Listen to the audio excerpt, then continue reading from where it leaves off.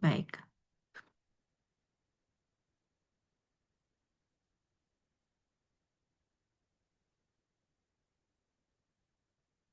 Kemarin kita sampai sini ya, proposition 2.6. Ya, jadi materi hari ini kita akan masuk ke Lebag measurable sets ya, dan Lebag measure teman-teman. Atau himpunan yang terukur Lebag dan ukuran Lebag. Ya, jadi minggu lalu kita coba review sedikit ya. Kita mempelajari bahwa outer measure itu tidak bersifat countably aditif, tapi dia bersifat sub uh, aditif, begitu ya. Yang mana itu tercantum di teorema 2.5 kalau tidak salah. Nah, ya, jadi sifat dari outer measure itu adalah countably subaditif. Subaditif itu adalah tandanya kurang dari atau sama dengan gitu. Sehingga ketika kita ingin mencari outer measure dari union himpunan EN gitu ya, maka nilainya dia kurang dari atau sama dengan jumlah dari masing-masing outer measure himpunannya begitu. Ya, itu adalah sifat dari outer measure yang mana sebetulnya tidak kita harapkan lah seperti itu, teman-teman ya. Nah, kita kembali lagi ke bawah. Nah, bagaimanapun di sini ya disampaikan, kita berharap bahwa jika himpunan uh, EN begitu ya, itu sepasang saling asing gitu, atau irisan dari himpunan I dan atau IEJ itu adalah himpunan kosong untuk I tidak sama dengan J, maka inequality atau tidak apa namanya ketidaksamaan di teorema 2.5 tadi itu bisa berubah menjadi tanda sama dengan gitu ya. Jadi harapannya kalau kita punya himpunan yang sama-sama saling asing sepasang-sepasang gitu ya, maka kita berharapnya bahwa unionnya itu tadi bukan kurang dari sama dengan, tetapi kita bersifatnya itu adalah sama dengan gitu ya. Karena sifat subaditif tadi itu ya merupakan gabungan dari EN itu, dia apa namanya kurang dari sama dengan begitu ya, tidak sesuai yang kita harapkan.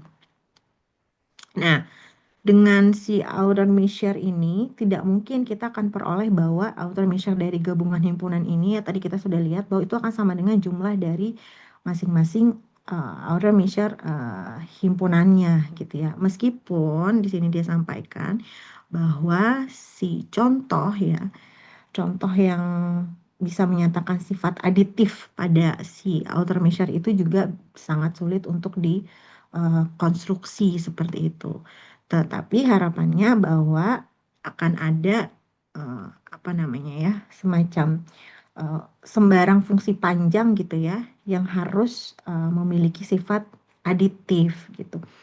Karena tadi sebelumnya kita lihat bahwa outer measure itu tidak secara umum itu memiliki sifat aditif pada semua himpunan bagian dari R, yang mana dia merupakan himpunan yang sepasang-sepasang saling asing. Namun harapannya kita akan memiliki suatu ukuran teman-teman ya, yang memiliki sifat aditif gitu. Karena kalau kita punya sifat ukuran yang bersifat aditif, kita dapat tadi mengukur gabungan dari himpunan-himpunan yang saling asing itu dengan cara menjumlahkan dari ukuran masing-masing himpunannya begitu. Jadi kalau kita berbicara interval gitu ya, kalau interval itu kita coba dekomposisi menjadi himpunan-himpunan disjoint di sini ya, maka panjangnya itu harusnya tidak akan berubah ya dengan menjumlahkan dari panjang masing-masing eh, bagiannya seperti itu. Di sini harapannya finite additif lah ya, finitely additif, tapi nanti teman-teman bisa melihat bahwa endingnya kita akan memperoleh sifat countably additif. Nah, sekarang pertanyaannya bagaimana ya cara kita untuk melihat apakah suatu himpunan itu punya sifat countably additif atau tidak. Nah, di halaman 27 ini kita lihat bahwa agar kita bisa memiliki sifat countably additif, teman-teman, yang mana ya tadi sifatnya itu saling asing sehingga bisa kita jumlahkan. Maka tujuan kita sekarang adalah mencari himpunan bagian ya dari R yang memiliki sifat countably aditif gitu. Jadi minggu lalu kita belajar bahwa walaupun secara teori outer measure itu bisa mengukur si apa namanya semua himpunan bagian dari R begitu ya. Tapi nanti akan kita batasi bahwa tidak semua himpunan itu punya sifat countably aditif. Sehingga di sini kita akan membatasi si outer measure-nya itu pada himpunan-himpunan yang punya sifat countably aditif saja. Nah, bagaimana kita mengidentifikasinya atau mencari himpunan yang memiliki sifat countably aditif, yaitu yang bisa memenuhi samaan ini, bahwa outer measure dari unionnya, union apa namanya, himpunan EN begitu ya, sama dengan penjumlahan dari outer measure masing-masing himpunan ya, di mana irisan EJ ini merupakan himpunan kosong untuk I tidak sama dengan J. Jadi kalau misalnya kita punya outer measure tidak bersifat countably aditif untuk semua himpunan bagian dari R, yang mana himpunan tersebut saling asing, maka sekarang kita akan mencoba mencari himpunan bagian dari R yang jika kita terapkan outer measure ya di sini, dia akan bersifat countably aditif. Nah, himpunan bagian dari R yang akan kita batasi itu adalah himpunan-himpunan yang memenuhi definisi 2.3, teman-teman ya. Ini himpunan-himpunan yang countably aditif. Kita coba lihat definisi 2.3 di sini ya. Kalau kita baca di sini sebuah himpunan ya. Himpunan E yang merupakan himpunan bagian dari R adalah terukur lebek gitu ya, atau merupakan apa ukuran lebek begitu jika untuk setiap himpunan A subset R kita memiliki sifat bahwa M bintang A atau outer measure A sama dengan M bintang A irisan E ditambah M bintang A irisan E komplement gitu ya. Jadi bisa dibilang bahwa himpunan E ini gitu ya terukur lebek teman-teman jika dapat membelah sembarang setiap himpunan A ini ya A subset R sedemikian rupa sehingga memenuhi rumus si 2.6. Jadi eh, si himpunan A ini subset R dibelah oleh M menjadi dua wilayah ya, atau dia dua bagian, yaitu A irisan E dan juga A irisan E komplement.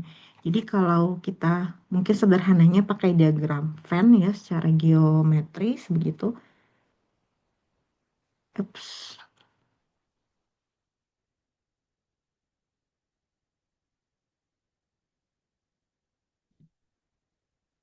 kita punya cukup ya. Bentar.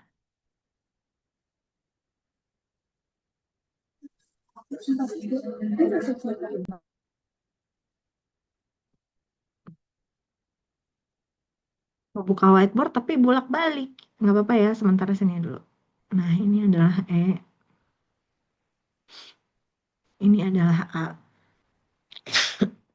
Jadi yang bagian tengah ini adalah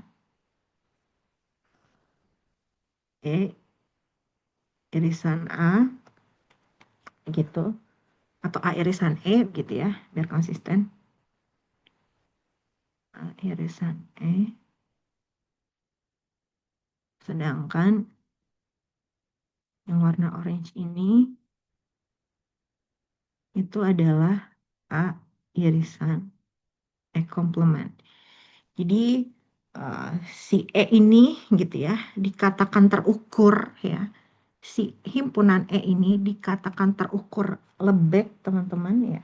Jika untuk setiap A elemen atau A subset R gitu ya, dia membagi himpunan si A ini menjadi dua bagian, yaitu adalah A yang beririsan dengan si A ya A irisan E dan A irisan E komplement untuk setiap himpunan A. Jadi bisa saja nanti bentuknya berbeda gitu ya, tetapi tetap apa namanya maknanya sama begitu. Misalnya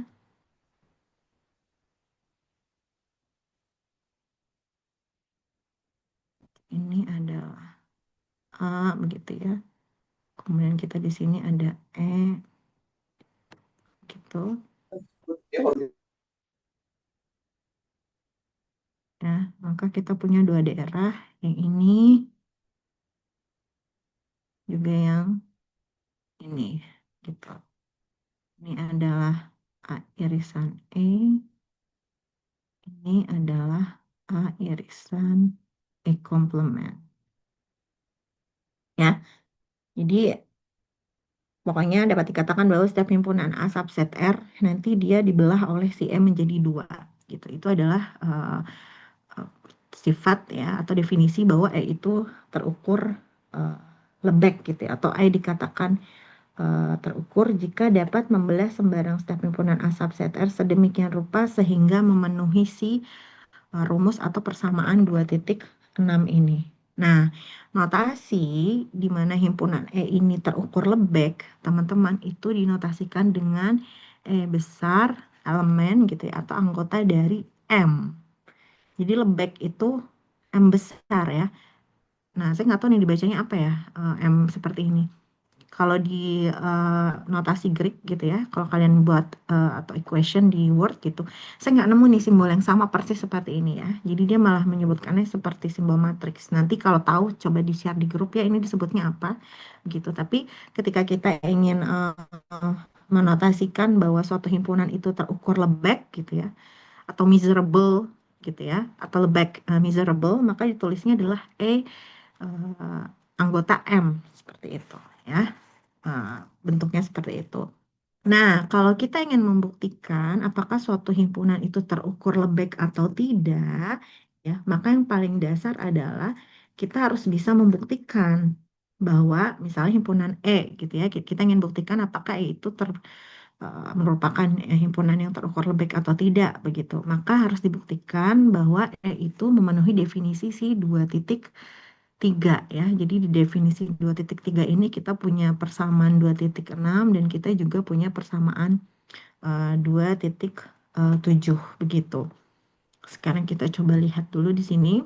We obviously have, jelas bahwa teman-teman ya, jika A sama dengan, atau jelas bahwa A itu merupakan ya gabungan dari A irisan E dengan A irisan E komplement. Nah, kalian bisa lihat di diagram Venn yang kita buat bahwa A itu adalah gabungan dari A irisan E dan juga A irisan E komplement.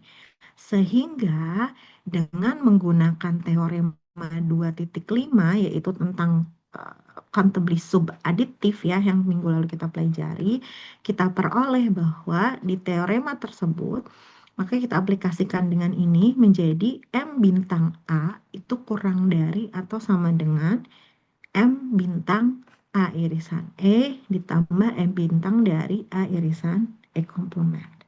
Seperti itu. Jadi itu whiteboard kalau ini kayaknya. Sebentar.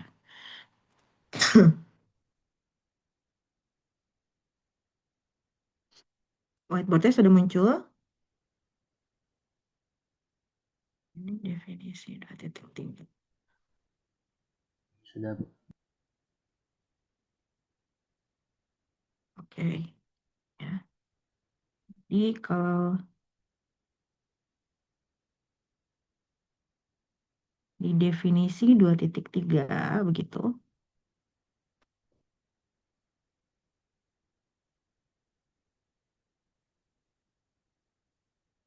Oke.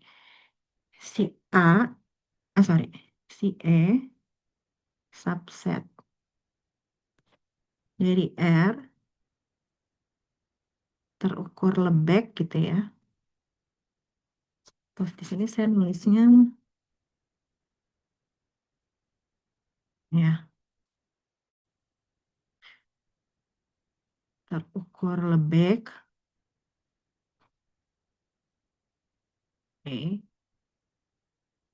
jika untuk setiap A subset R itu memenuhi, ya, pertama adalah si 2,6, di mana pada 2,6 itu M bintang A sama dengan M bintang dari A irisan E ditambah M bintang A irisan E komplement.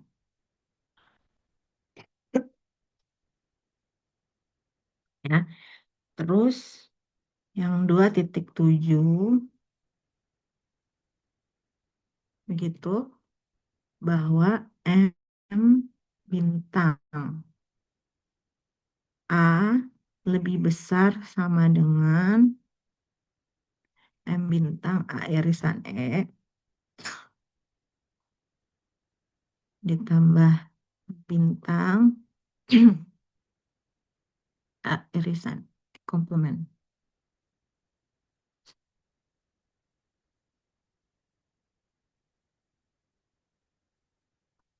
Ya, seperti itu. Nah, kita coba lihat satu persatu ya untuk persamaan 2,6.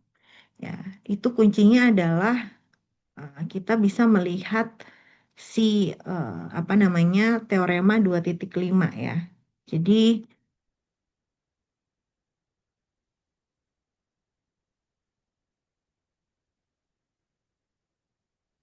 ya, hapus dulu.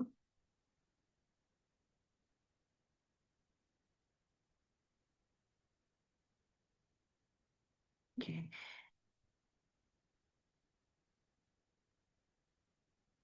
Berdasarkan teorema 2,5 yang mana kita berbicara subaditif ya. Kita ingat bahwa M bintang dari union 1 sampai hingga EN itu sama dengan penjumlahan dari M bintang ini salah. Harusnya kurang dari sama dengan ya. Jadi kalau misalnya kita ambil, jadi kalau kita ambil E1, E1 itu adalah A irisan E gitu. Lalu E2 itu adalah A irisan E komplement, maka lainnya, himpunan lainnya, anggaplah sini N itu adalah himpunan kosong untuk setiap N lebih besar dari 2 ya, gitu. Sehingga akan diperoleh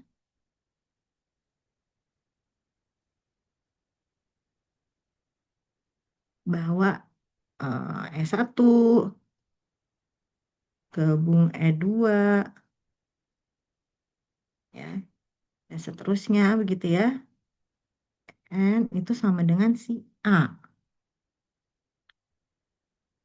Maka berdasarkan teorema 2,5 tadi, ya, kita bisa memperoleh M bintang. Ya, gabungan dari EN ini adalah A, jadi M bintang A kurang dari atau sama dengan M bintang E1 ditambah M bintang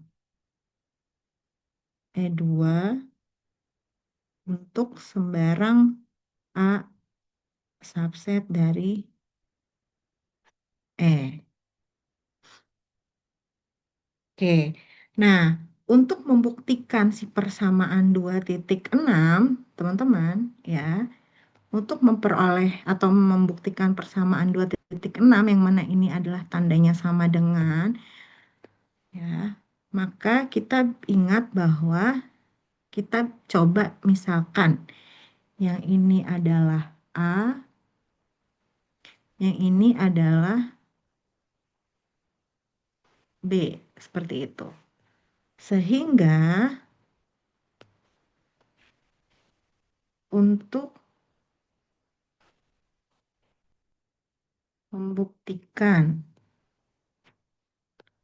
persamaan 2,6, ya, maka saya menuliskannya misalnya A sama dengan B gitu ya. Ini ekuivalen gitu ya. Atau saya tulis ulang di atas. Bahwa M bintang A itu sama dengan M bintang A irisan E ditambah M bintang A irisan E komplement. Begitu. Maka di sini saya misalkan ini A dan ini B. Ya. Maka untuk membuktikan A sama dengan B secara ekuivalen atau ekuivalen dengan gitu ya. Ini ekuivalen dengan membuktikan A kurang dari atau sama dengan B dan A itu, sorry, ya sama aja. Dan A lebih besar atau sama dengan B. Yang mana untuk A ini,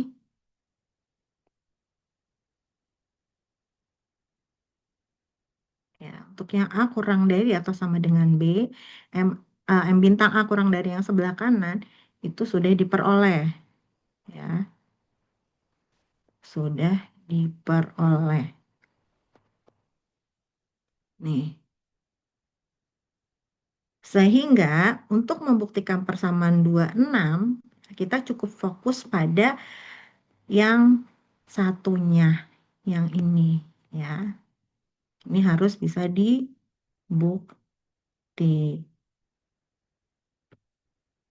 seperti itu. Nah, nanti untuk yang apa namanya membuktikan 2,6 berarti cukup membuktikan sebaliknya, yaitu si A lebih besar sama dengan B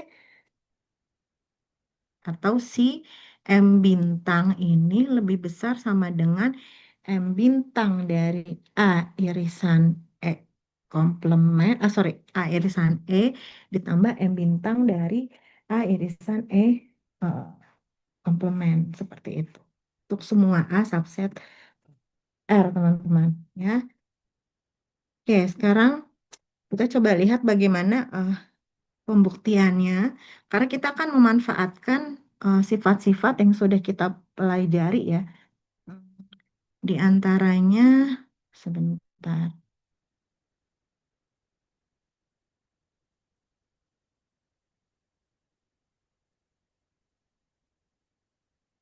coba ini lagi.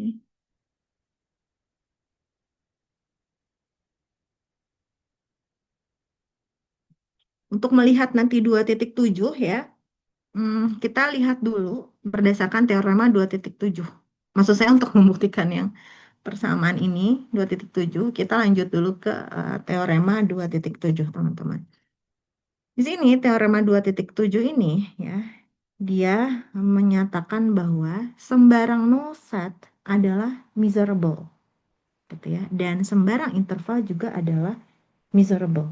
Jadi interval dan juga null set itu adalah anggota dari M, atau dia dapat diukur berdasarkan teorema 2,7. Nah, nanti untuk melihat pembuktian apakah null set itu miserable, ya, kita akan memanfaatkan sifat-sifat dari yang sudah kalian pernah pelajari. Jadi saya buka whiteboard lagi.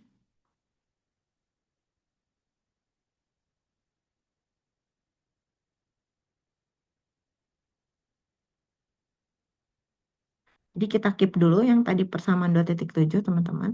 Sekarang kita lihat ke teorema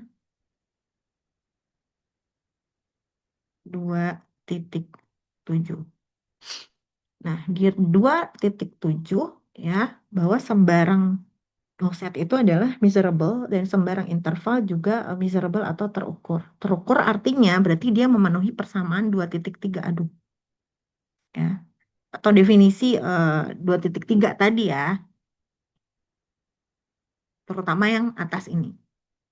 Ya, jadi terukur suatu apa namanya di sini himpunan itu terukur ya ketika dia bisa memenuhi definisi dari 2.3 teman-teman.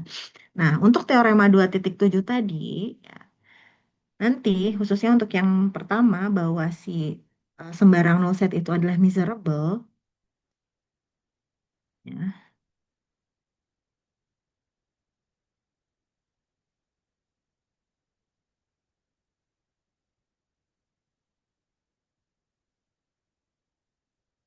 Itu kita harus membuka lagi sifat-sifat ya dari null set.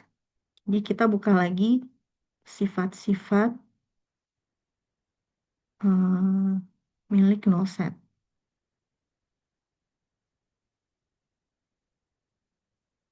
ya.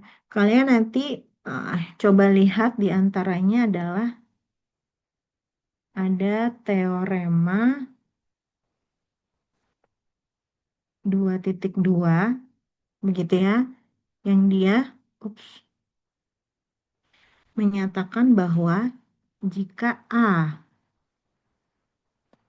null set begitu, maka outer measure-nya itu sama dengan nol. Lalu nanti coba kalian buka lagi, kita punya di proposition 2.3 ya,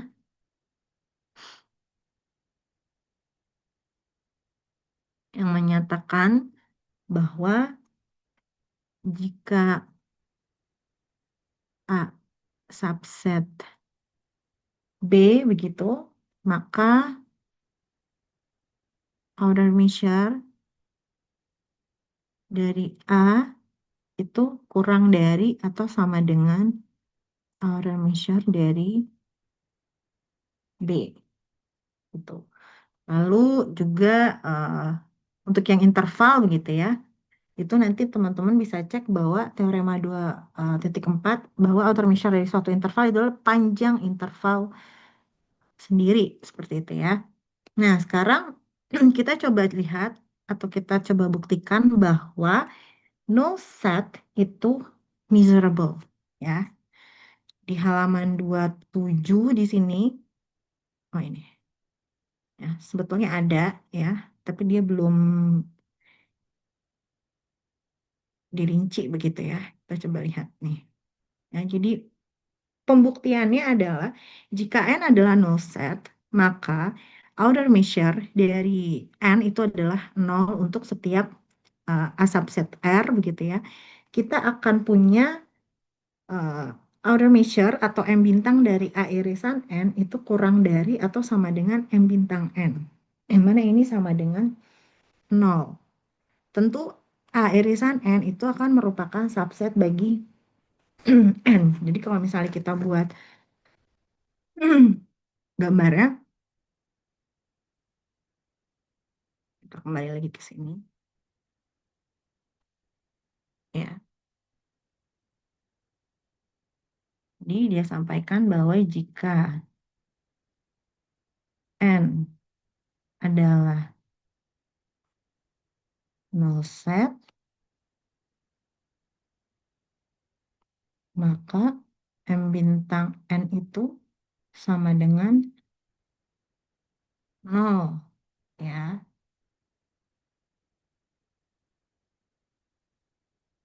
Jadi untuk sembarang A subset R, kalau tulisan saya kurang jelas nanti kalian perbaiki ya di buku catatan masing-masing. Kita memiliki, karena saya nulisnya pakai jari ini sebetulnya di laptopnya. Hmm,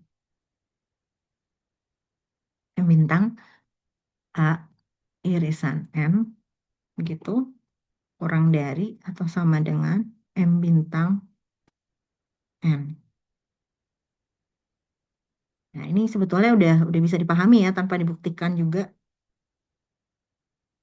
Dimana A irisan N merupakan subset dari N. Jadi kalau kita buat diagram Venn gitu ya, kita punya A, kita punya N, ya tentu irisannya ini adalah subset dari N gitu ya. Gitu. Jadi pasti subset dari N atau si A irisan N ini eh, subset dari N. Nah, jika A subset dari B yang kita tahu ya, tadi sifat di atas, maka M bintang A itu akan kurang dari atau sama dengan M bintang B. Sehingga kita dapatkan di sini M bintang dari A irisan N juga akan kurang dari outer measure si N-nya itu. Di mana A irisan N subset dari N. Nah, bagaimana dengan A irisan N komplement? Ya, secara serupa begitu, kita bisa cari M bintang A. Oke, di sini deh, biar gampang gambarnya dulu. Eh,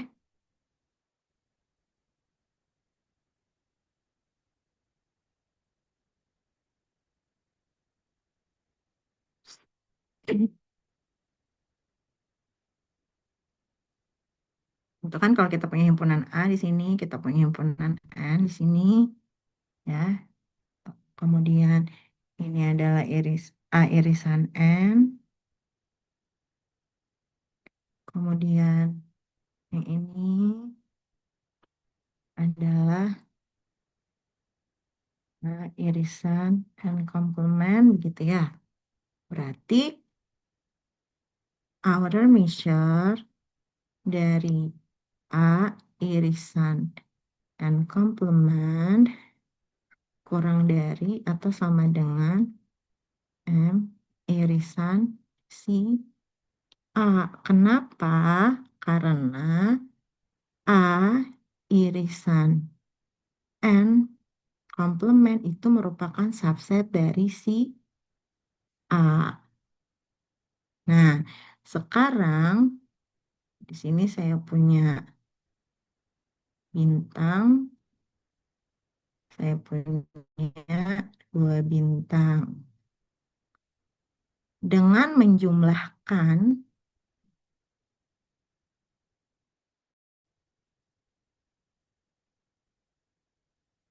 dengan menjumlahkan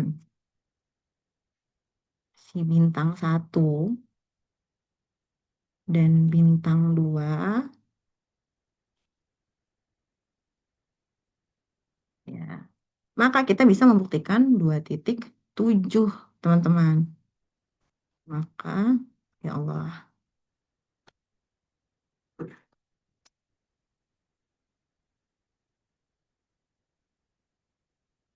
maka kita dapat membuktikan 2,7, ya. Jadi kalau misalnya dari yang pertama tadi ini adalah M bintang A irisan N kurang dari sama dengan M bintang N, yang mana M bintang N ini sama dengan 0, tadi ya berdasarkan apa namanya?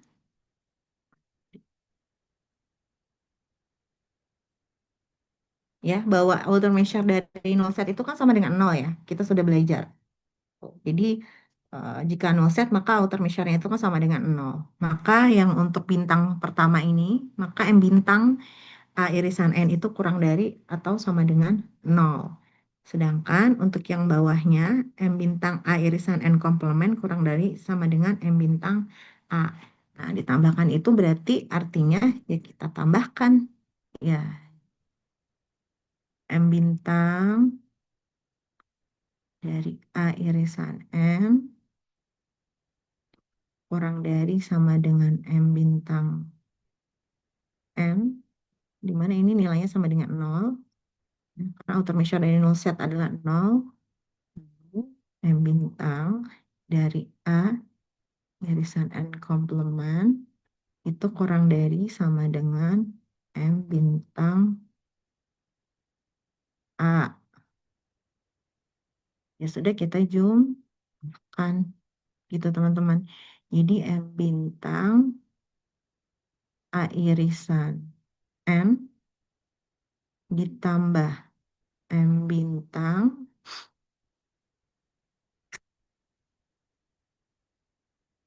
A irisan N komplement kurang dari atau sama dengan M bintang A. Ya, atau ini sama aja ya, M bintang A-nya sebelah kiri lebih besar atau sama dengan M bintang dari A irisan M ditambah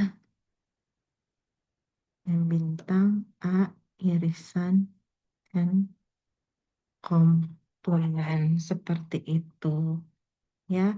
Karena terbukti A sama dengan B ya. Tadi kan bedanya oh enggak ya sama. Bedanya yang satu pakai N, satu pakai E gitu ya teman-teman ya. Tapi kan beda di situ aja. Tapi sama secara pengertian, secara konsepnya. Jadi tadi yang kurang dari sama dengannya sudah dapat. Ini lebih darinya sudah dapat ya. Maka karena terbukti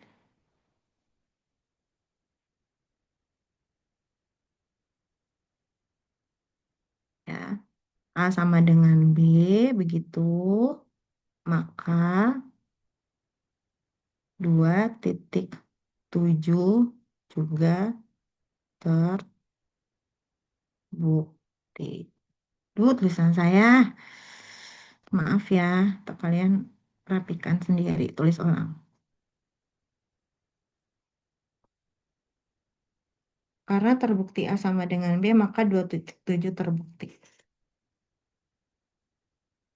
Ya, seperti itu ya. Jadi, eh,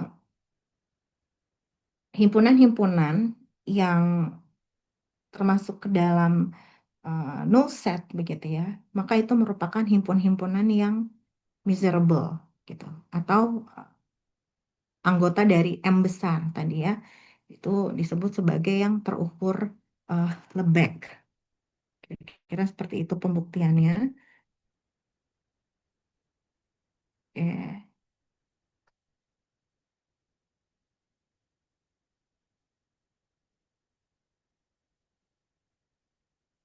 Oke, kita lihat lagi apa yang bisa kita pelajari. 7. Nah, untuk yang sifat kedua, interval juga tadi dikatakan miserable ya. Jadi interval terbuka, interval tertutup, setengah terbuka, setengah tertutup begitu ya. Itu juga merupakan atau terukur gitu ya atau miserable. Nah, untuk pembuktiannya saya tidak akan menjelaskan detail lagi ya teman-teman di sini. Tapi teman-teman bisa mengingat bahwa outer measure dari suatu interval itu adalah panjang intervalnya ya dari teorema 2,4 gitu. Jadi nanti akan diketahui bahwa ukuran dari suatu interval begitu ya itu adalah interval atau panjang intervalnya itu sendiri. Ya, itu ada di pembuktian bagian yang kedua, teman-teman. Seperti itu. Ya. kalau kita lanjutkan, di sini kita punya teorema 2.8. Teorema 2.8 ini itu adalah hasil yang sangat penting ya. Jadi kita punya tiga buah teorema di sini ya. Ini adalah hasil yang sangat penting gitu. Tadi kita ingin menuliskan bahwa di teorema sebelumnya di 2.7 gitu ya, kita mengetahui bahwa null set itu anggota M atau null set itu terukur Lebesgue gitu ya. Jadi kita tahu tadi null set itu terukur Lebesgue, interval juga dia terukur Lebesgue atau miserable. Nah, tentu ada lagi himpunan-himpunan anggota dari M ini begitu ya. Yang lainnya di luar null set dan juga si interval. Jadi nanti himpunan-himpunan dari anggota si M ini itu adalah himpunan-himpunan yang memenuhi si persamaan 2.6 tadi ya atau himpunan-himpunan yang miserable. Jadi ada anggota dari himpunan M ini atau anggota M ini himpunan-himpunan selain si null set dan juga si interval teman-teman. Yang ternyata koleksi gitu ya. Koleksi apa himpunan apa kumpulan gitu ya. Kumpulan dari si M itu adalah himpunan bagian dari R yang ukur lebek gitu. Yang mana yang nomor satu ini khususnya ya, itu ada di teorema 2.8. Jadi himpunan-himpunan yang selain yang terukur gitu ya, selain null set dan juga selain interval juga memuat R gitu. Jadi R itu juga dia miserable, teman-teman. Himpunan bilangan real di sini adalah miserable begitu. Berarti anggota M di sini maksudnya adalah dia miserable ya. Himpunan bilangan real itu ternyata miserable di sini. Lalu teorema yang kedua, yang sifat yang kedua atau isi teorema 2.8 yang kedua adalah jika E ini adalah himpunan dari anggota M atau jika E ini adalah terukur Lebesgue atau miserable begitu, maka komplement dari E juga dia miserable ya. Kemudian yang ketiga adalah jika EN di sini merupakan barisan yang miserable gitu ya, artinya anggota dari M, maka gabungan dari si countable union EN, ya artinya EN ini countable gitu dan gabungannya itu juga miserable, teman-teman. Jadi apa namanya si himpunan E ya, si himpunan E ini anggota si M ini yang mana dia miserable itu memiliki sifat apabila E-nya ini adalah sepasang-sepasang yang saling asing begitu atau irisan dari EJ dan EK-nya ini adalah himpunan kosong di mana EJ-nya tidak sama dengan K, maka M bintang dari union dari countably union EN ini itu akan sama dengan penjumlahan dari M bintang masing-masing himpunan. Yang mana sekarang kita peroleh dia bersifat aditif, bukan subaditif lagi. Ya, jadi kalau himpunan itu sudah terukur atau dia anggota M, maka sekarang dia akan bersifat countably aditif, teman-teman. Itulah kenapa dalam uh, ukuran Lebesgue gitu ya, itu kita membatasi himpunan-himpunannya adalah himpunan-himpunan yang countably aditif gitu ya, karena dia harus memenuhi si teorema 2.8 ini seperti itu. Nah, ini adalah teorema atau 3 poin ini adalah hasil yang sangat-sangat penting gitu ya, khususnya nanti dalam mengantar ke dalam apa namanya konsep dasar atau pengertian dari probabilitas. Nah, kita sekarang mau masuk dan melihat bahwa ternyata ukuran Lebesgue itu juga sigma field ya. Jadi ternyata ukuran apa namanya Lebesgue ini juga merupakan sigma field. Tentunya sebelum UTS kalian sudah mempelajari pengertian dari sigma field ya.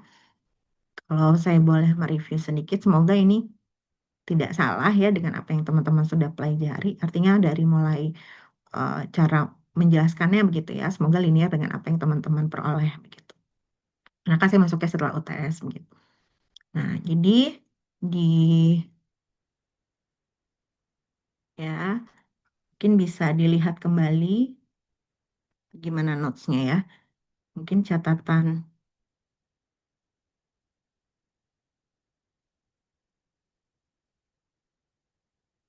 sebelum UTS gitu ya. Kalian memahami bahwa omega itu adalah himpunan tak kosong. Teman-teman, saya izin minum dulu ya. Bentar.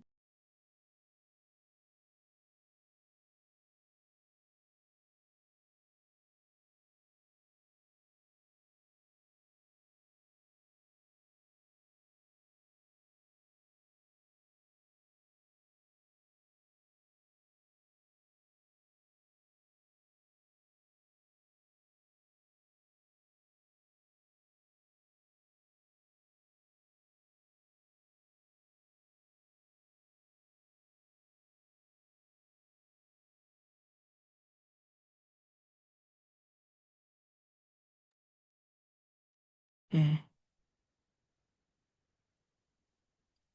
Catatan sebelum UTS, omega itu adalah himpunan tak kosong.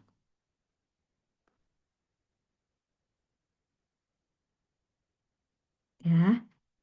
F itu adalah kumpulan himpunan bagian dari omega.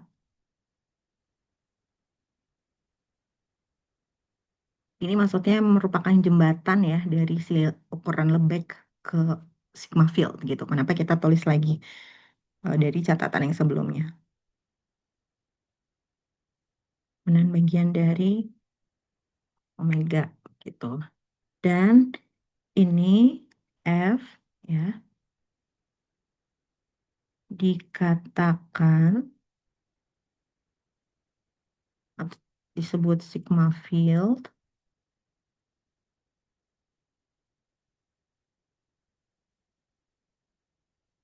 jika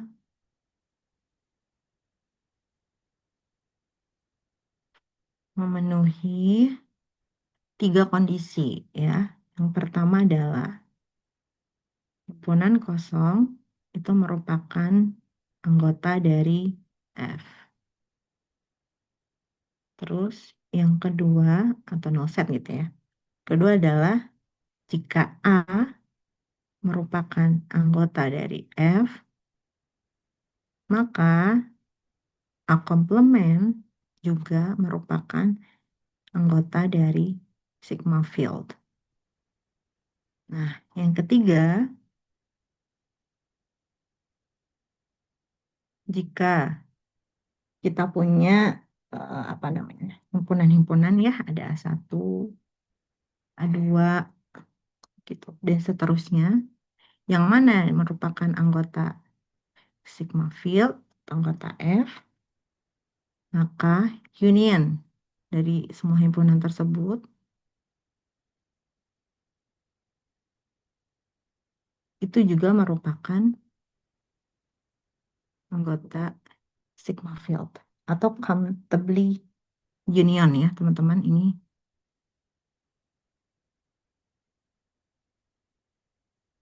Nah, dari AN. Kalau kalian perhatikan ya, teorema 2.8 itu isinya mirip sama si ini.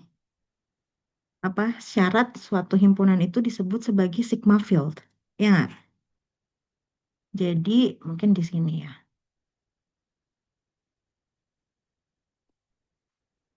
Ini mirip dengan isi teorema 2.8 ya tadi namanya. Bentar. Teorema 2.8 gitu. Yang pertama tadi kita tulis ya di sini. Biar jadinya ke sini aja gitu lihatnya. teorema 2.8. Bahwa yang pertama adalah himpunan bilangan real itu miserable, ya. Lalu yang kedua, ya, bahwa jika E itu miserable atau anggota dari si M,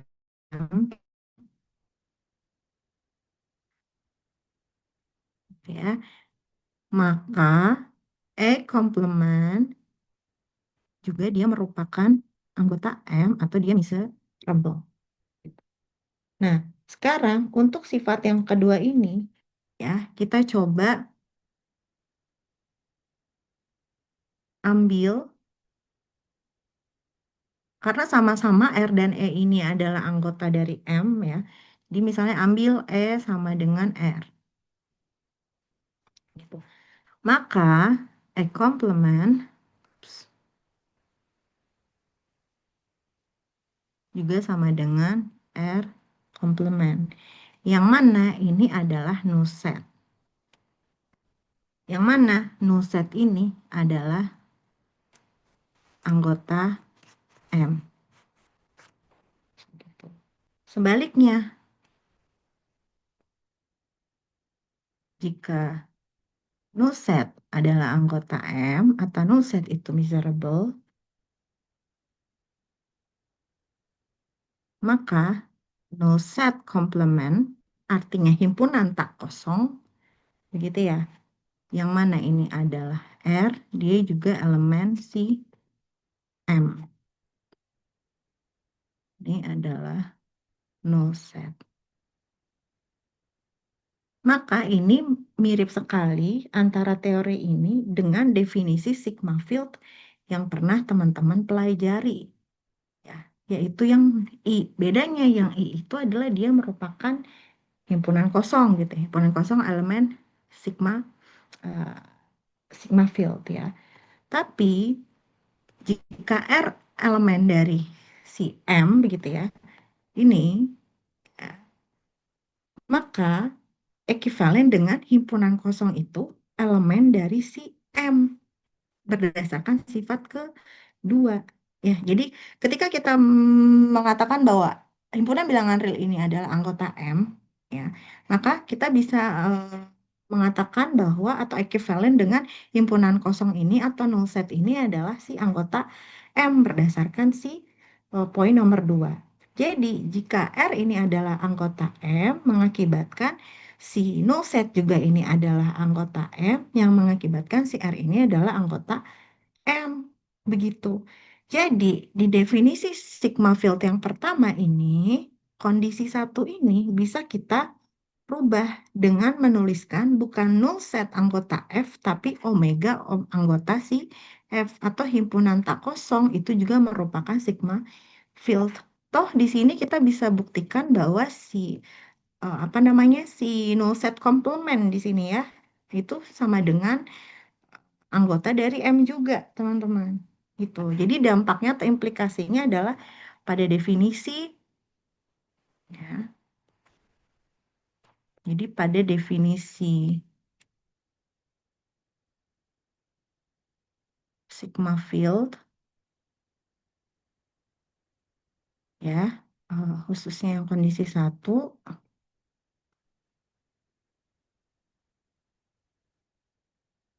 dapat diganti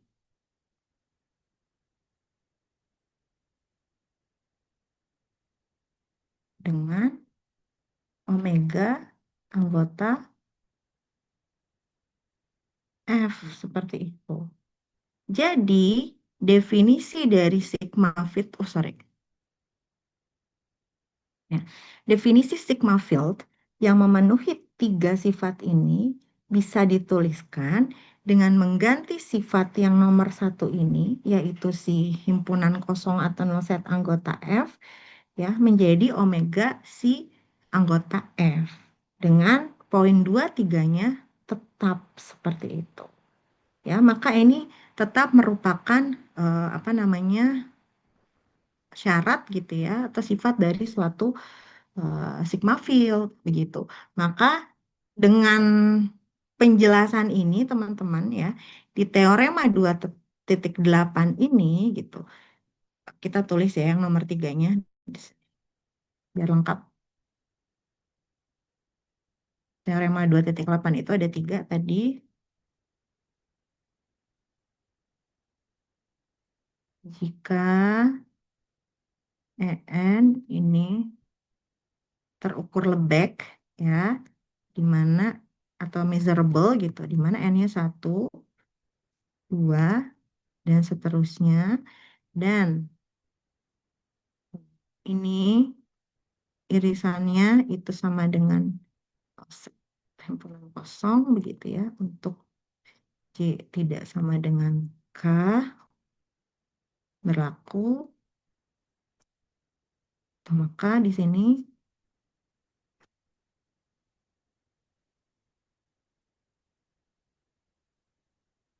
M bintang dari union 1 sampai T hingga dari N itu sama dengan N-nya dari 1 sampai T hingga.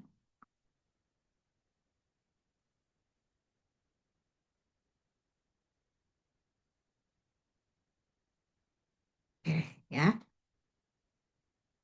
Jadi berdasarkan teorema 2.8 ini yang sebanyak 3 poin ini teman-teman. Jadi anggota dari M ya, anggota M besar begitu atau himpunan yang terukur gitu ya. Itu memiliki sifat 1, sifat 2 dan juga sifat 3. Yang mana sifat 1 ini dia ekuivalen dengan si himpunan kosong anggota M atau null set ini ya. Null set ini anggota M. Sehingga koleksi atau kumpulan dari M ini itu merupakan sigma field ya. Enggak, di sini teman-teman bisa lihat bahwa kumpulan dari M ini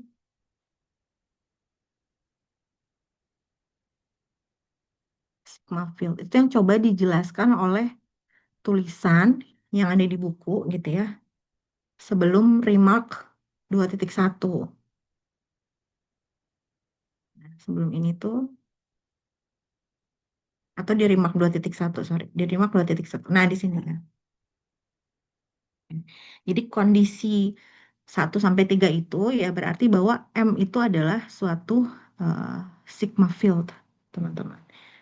Nah, di sini kalau teman-teman baca ya di paragraf pertama, hasil ini adalah hasil yang most important theorem ya. Jadi hasil yang paling penting atau teorema yang paling penting dalam chapter ini di buku ini ya atau di bab ini gitu.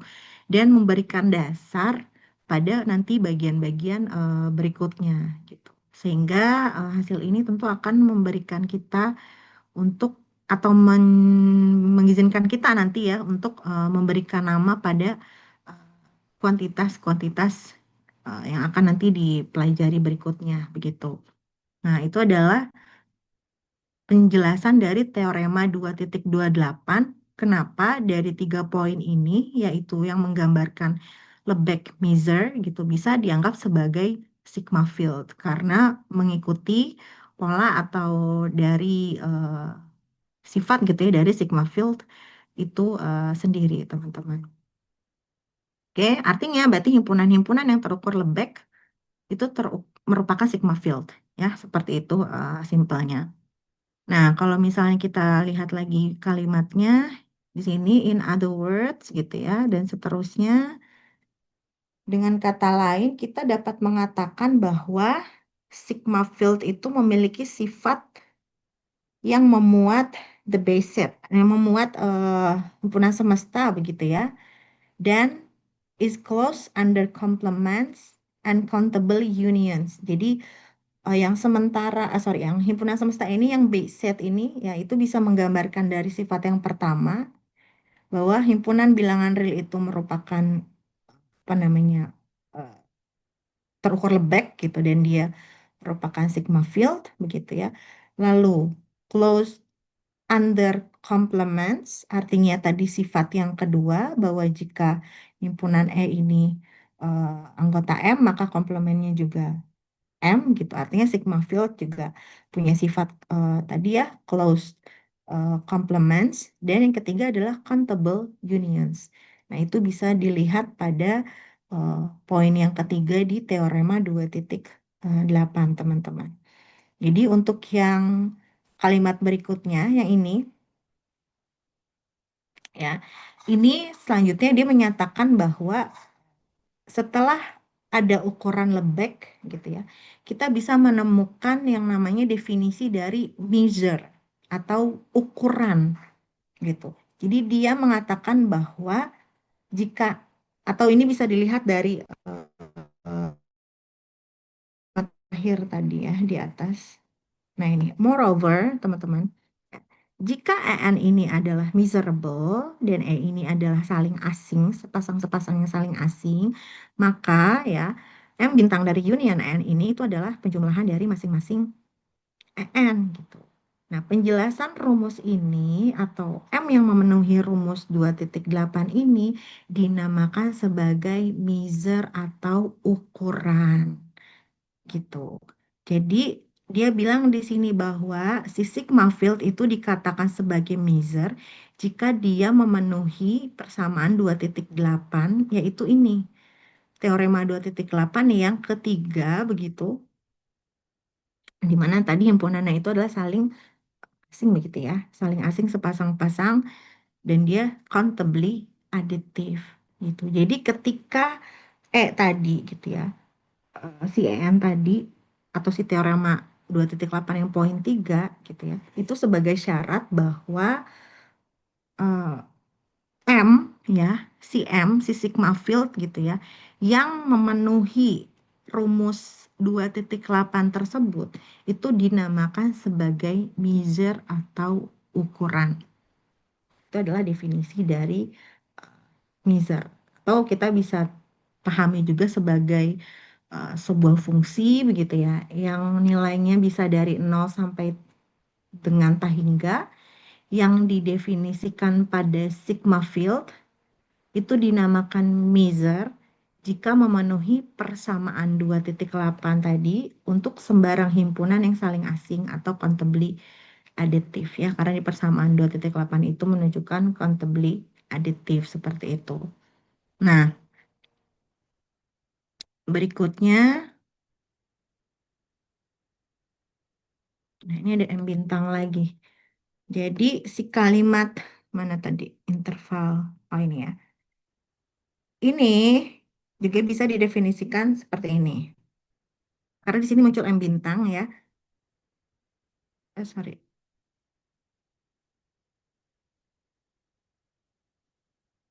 Masya Allah ada zuhur teman-teman. Saya izin ini dulu ya. Lagi azan. Kita break dulu sebentar. Semenit 2 menit.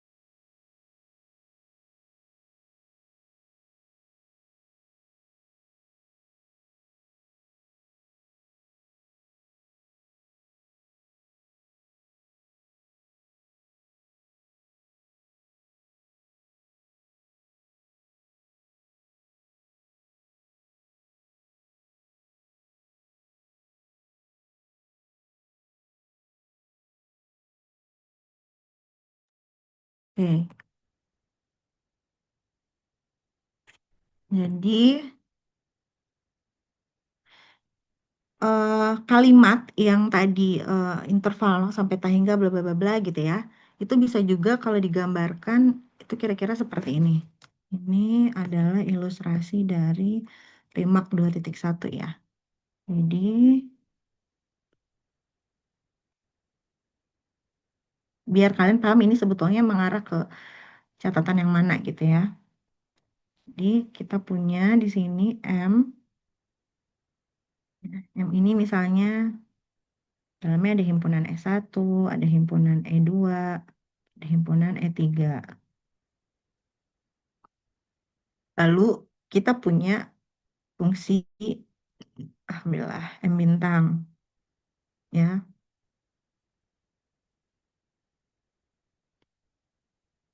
Nah, jadi si fungsi M bintang ini teman-teman, di mana dia domainnya atau ya domainnya sigma field M, ya, dia dikatakan sebagai measure, dia dikatakan sebagai ukuran jika M bintang E di sini masing-masing itu lebih besar sama dengan nol ya, atau untuk setiap E anggota M. Oke, setiap E anggota si Lebesgue measure ya. Kemudian yang kedua adalah jika E1, E2 dan seterusnya gitu dia anggota dari M ini, di mana pasangan itu saling asing begitu untuk setiap E di sini, di mana I-nya tidak sama dengan J, maka tadi persamaan 2.8 yaitu M bintang dari union EN itu sama dengan sigma dari masing-masing outer measure si himpunan E ini seperti itu ya. Jadi eh, fungsi M bintang di sini dengan domain ops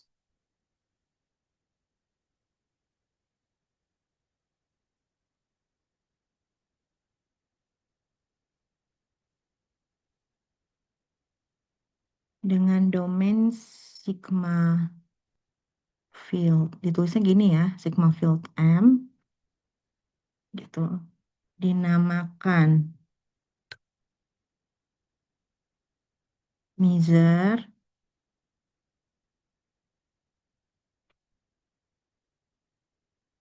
atau ukuran begitu jika tadi bahwa M bintang E itu nilainya lebih besar sama dengan nol untuk setiap E anggota M gitu. Kenapa lebih besar sama dengan nol? Karena range-nya aja di situ antara nol sampai dengan tahingga, teman-teman ya. Terus yang kedua,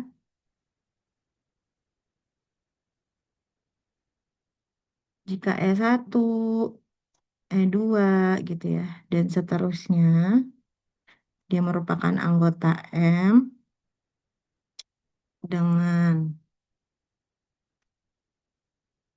E, I, irisan EJ itu sama dengan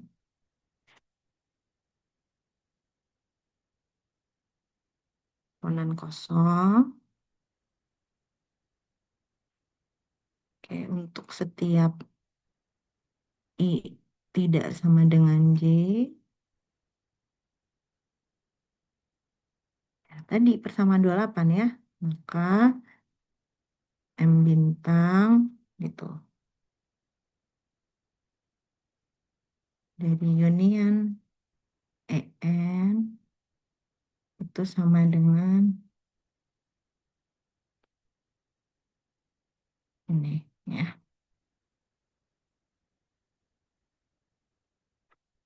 Oke, jadi kalimat yang tadi interval 0 sampai tahingga dan seterusnya itu juga bisa dituliskan dalam bentuk seperti ini, teman-teman. Nah, jadi sampai dengan si teorema ini gitu ya, kita bisa tahu bahwa definisi dari himpunan terukur Lebesgue atau si E anggota M gitu ya, tadi di atas ya. E anggota M yang anggotanya memuat null set, dia memuat null set gitu ya, interval, dan juga himpunan terukur Lebesgue yang merupakan sigma field. Jadi saya ulangi, kesimpulannya adalah jadi ini gitu ya. Kesimpulan sejauh ini,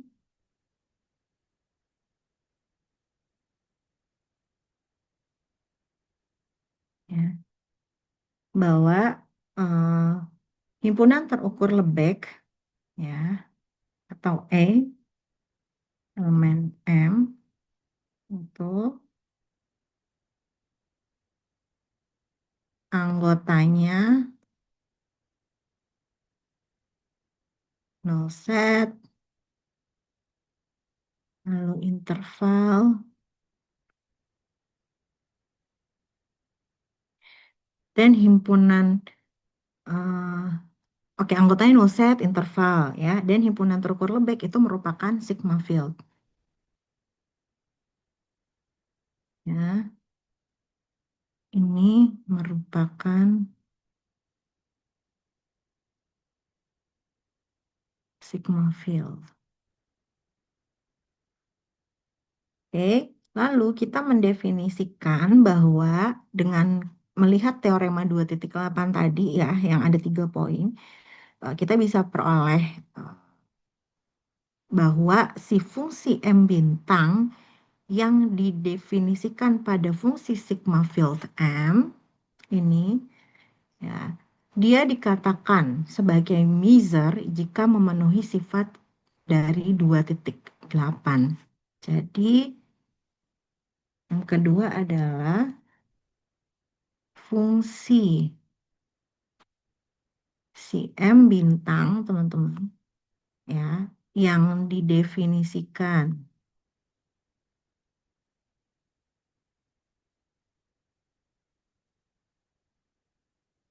pada fungsi sigma field, tadi yang gambar tadi ya,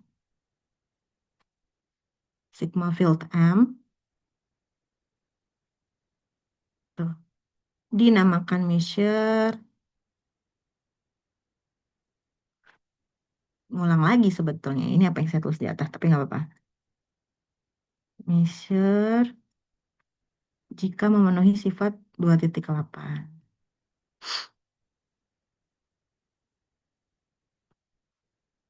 Oke. Ini kita belum masuk ke pembuktian 2.8 ya sebetulnya. Seperti itu. Nah, mungkin kalau untuk pembuktian kita bisa lanjutkan besok ya, pertemuan berikutnya, tidak apa-apa.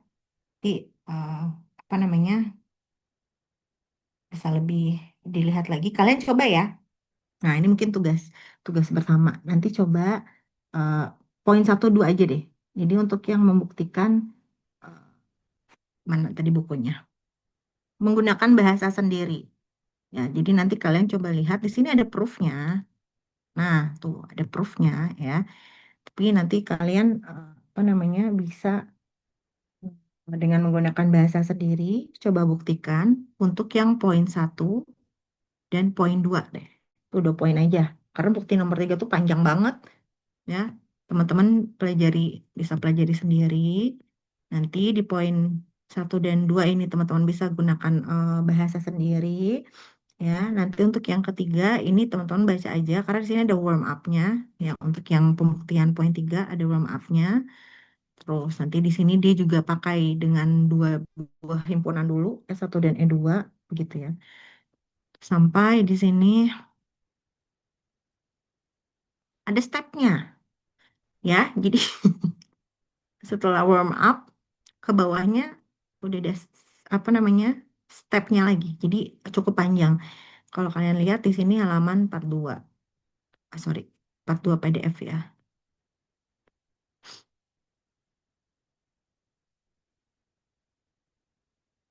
Step 2, step 3, step 4, step 5. Nah, sampai sini 47, 5 halaman ya pembuktiannya. Jadi teman-teman bisa nanti baca ya, baca aja nggak apa-apa, tidak perlu ditulis buktinya. Tapi untuk nomor 1, nomor 2, tolong ditulis buktinya ya, sesuai dengan pemahaman kalian teman-teman, sesuai dengan apa yang tadi kita pelajari bersama. Oke, kita coba lihat dulu ya, ini biar kalian nanti bisa persiapan kuliah berikutnya. Proposition 2.9 ini Jadi dia memperlihatkan bahwa jika Eka ini merupakan anggota dari M, di mana K-nya ini satu, dua, dan seterusnya, maka irisannya gitu ya, itu adalah countably intersection gitu. Jadi irisannya atau countably intersectionnya juga miserable, sorry. Jadi jika si Eka ini adalah miserable gitu ya, di mana K-nya satu, dua, dan seterusnya, maka si irisannya ini ya, atau si countably intersectionnya juga dia merupakan anggota dari M atau miserable gitu. Oke, ini juga kita lihat di bawahnya ada beberapa sifat dari si apa namanya M ini, teman-teman ya. Jadi kalau kita tadi belajar beberapa sifat M di atas, maka proposisi ini tuh sebetulnya proposisi ini tuh menambah sifat dari M ya. Jadi selain tadi bahwa M itu adalah close under countable unions, ya secara definisi tadi di 2.6 ya dia countable unions, dia juga countable intersections yang mana ada di proposition 2.9 ya. Dan juga dia countable complements ya. Jadi kemudian dia juga memuat interval dan juga null set. Nah ini nomor satu ini. Ya. Jadi si proposition 2.9 ini menambahkan sifat dari si M teman-teman ya. Si M itu di mana dia sudah merupakan si sigma field M. Nah, nanti di buku ini berikutnya, teman-teman, kita akan mendefinisikan si M bintang E yang kita peroleh sebelumnya atau kita gunakan sebelumnya gitu, misalnya outer measure dari E begitu, itu sebagai ME aja, tidak ada tanda bintangnya, ya, tidak ada tanda bintangnya, gitu. Jadi eh, kita akan mengganti M bintang E dengan ME gitu, untuk setiap E di dalam M, setiap E di dalam M. Jadi khusus nanti E yang miserable, simbol dari M bintangnya itu akan diganti dengan M kecil tanpa bintang dan akan menyebut ME ini sebagai ukuran lebek dari E. Ya, jadi M kecil E besar di sini adalah ukuran lebek dari E. Karena di buku lain sepertinya ya notasi ukuran lebek ini tidak harus ada bintangnya dan juga sebetulnya tidak harus pakai huruf M begitu. Nah, di sini berdasarkan eh, apa namanya teorema tadi ya 2.8 dan 2.4 ini eh, punya apa namanya semacam kesimpulan di sini bahwa si M itu dikatakan ukuran lebek gitu ya. Di sini ukuran lebek di mana jika M itu merupakan fungsi dari M besar atau sigma field begitu ke interval 0 sampai dengan tah hingga yang memiliki sifat countably additive yang kemudian gitu ya ukuran lebek dan interval dari si panjang gitu ya interval ada kemudian ukuran lebek dan interval adalah panjang interval. Sebentar kita coba baca pelan-pelan. Is a complement set function defined? Oh, oke.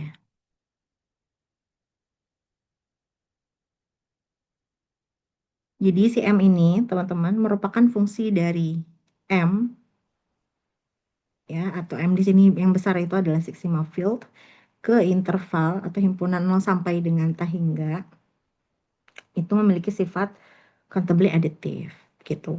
Nah, kemudian, eh, lebek measure atau ukuran lebek dari interval itu adalah panjang intervalnya sendiri, ya, karena M bintang dari interval AB gitu ya,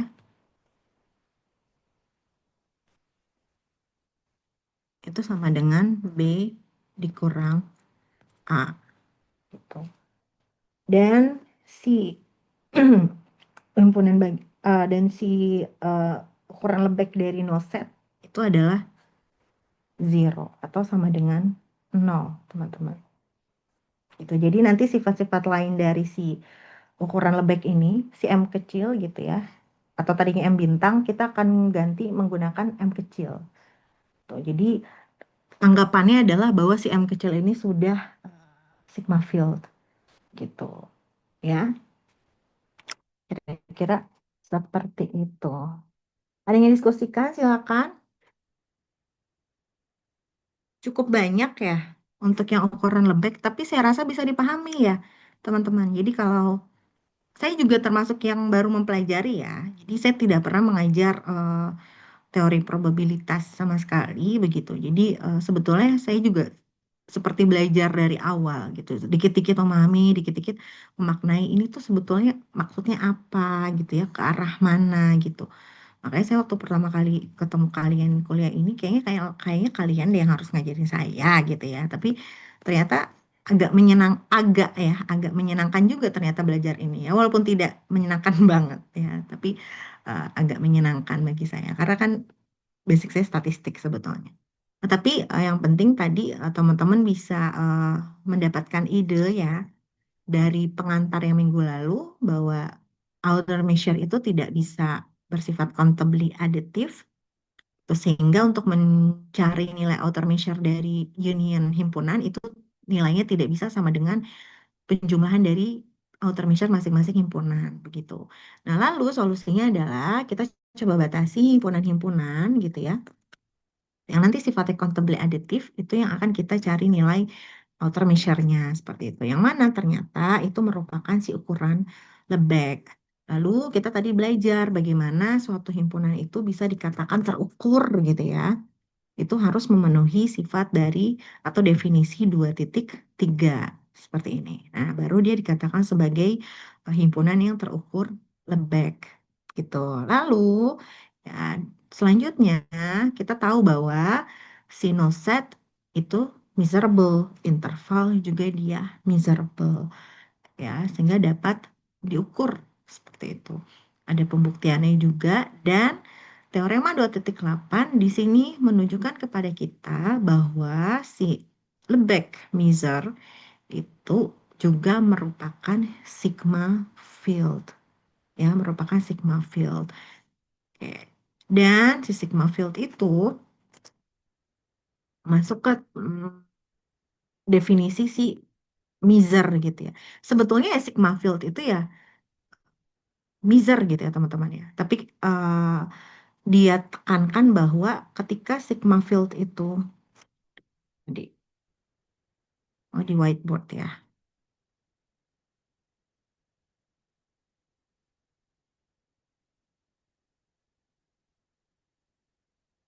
Jadi ketika si M bintang ini gitu ya, yang didefinisikan pada fungsi sigma field M itu dikatakan miser jika memenuhi sifat 2.8 tadi ya, yang union itulah tadi teman-teman. Nah, itu baru dikatakan sebagai miser atau ukuran. Nah, seperti itu. Ya, jadi mungkin itu yang bisa kita sama-sama pelajari hari ini. Nanti untuk pembuktian teorema 2.8 untuk nomor 1 dan 2 mohon dituliskan ulang ya untuk apa namanya sama-sama dipelajari, tapi itu relatif mudah sebetulnya. Tapi teman-teman tulis aja ya. Nanti berikutnya kita akan mencoba mempelajari mengenai kalau di bukunya sih kalau tidak salah Boros set atau yang mana nanti kita coba lihat ya.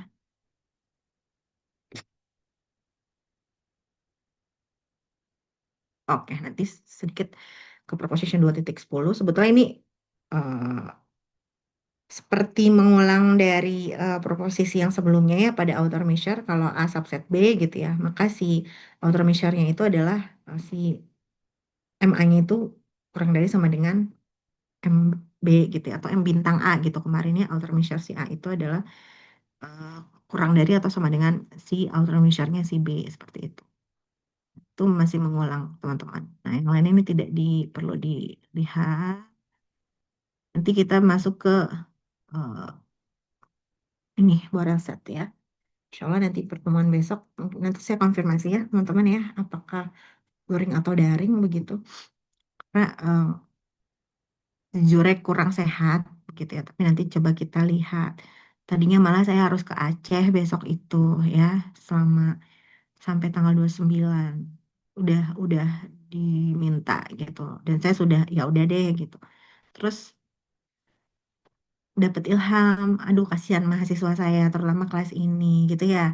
Utangnya sudah terlalu banyak utang saya kepada kalian. Jadi saya berpikir apalagi lagi akreditasi ya Prodi Penmat lagi menyusun barang akreditasi. Jadi saya pikir, duh tolong diganti aja deh gitu yang ke Acehnya. Jadi diganti oleh dosen yang lain. Sehingga kita bisa optimalkan lah. Apalagi saya ya, saya banyak utang sama kelas kalian. Oke, semoga bisa bermanfaat hari ini. Nanti jika ada yang ingin ditanyakan, didiskusikan, eh, sampaikan aja di grup teman-teman ya. Oke, sehat-sehat Misi selalu. Bu, eh, Iya, gimana? untuk tugas yang tadi yang membuktikan Mm-mm. satu dan dua itu deadline-nya kapan ya Ibu? Itu mudah. Kalau datanya besok nggak bisa, ya udah minggu depan aja. Oke. Sebetulnya kan pengennya dibahas, tapi nggak apa-apa. Nanti besok tetap kita bahas, tapi tetap nanti kalian tulis ulang ya minggu depan ya udah nggak apa-apa. Oke, Dinda. Baik Ibu, makasih Ibu. Ya, sama-sama. Nah, nggak ada pertanyaan lain. Sudah ya. Oke.